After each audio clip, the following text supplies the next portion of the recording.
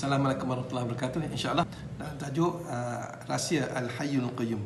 Dia Al-Hayyul Qayyum ni, apa itu Al-Hayyun?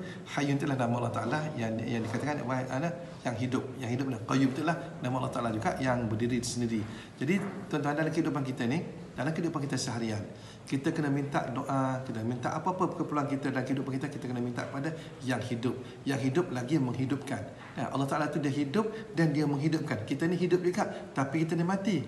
Kita hidup dan kita mati. Kita asal kita daripada mati, daripada tiada kepada ada, kemudian daripada ada kepada tiada, daripada ada balik. Jadi kita ni, kehidupan kita ni melalui dua proses, dua ada dan dua tak ada.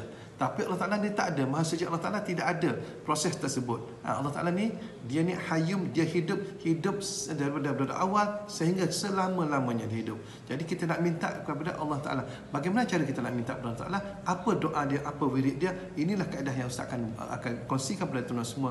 Ramai orang yang berdoa, tapi orang yang dia berdoa bila tak betul, tak pandai cari nak tuju kepada yang hidup tu, maka tuan-tuan semua, doa tuan-tuan tidak akan diterima oleh Allah Ta'ala, ataupun kembali balik kepada tuan-tuan semua. Jadi ini insya-Allah Ustaz akan kongsi kepada tuan-tuan semua bagaimana kita nak berdoa menggunakan asma Allah Ta'ala tu Al-Hayyul Qayyum dalam kehidupan semua, yang mana tuan semua dengan doa inilah tuan semua akan membukakan rahsia-rahsia kehidupan tuan semua dari segi pelarisan, kerezekian, perlindungan, apa-apa saja tuan semua untuk hajat-hajat tuan semua, insya-Allah. Kita dengan rahsia Al-Hayyul Qayyum. Assalamualaikum warahmatullahi wabarakatuh.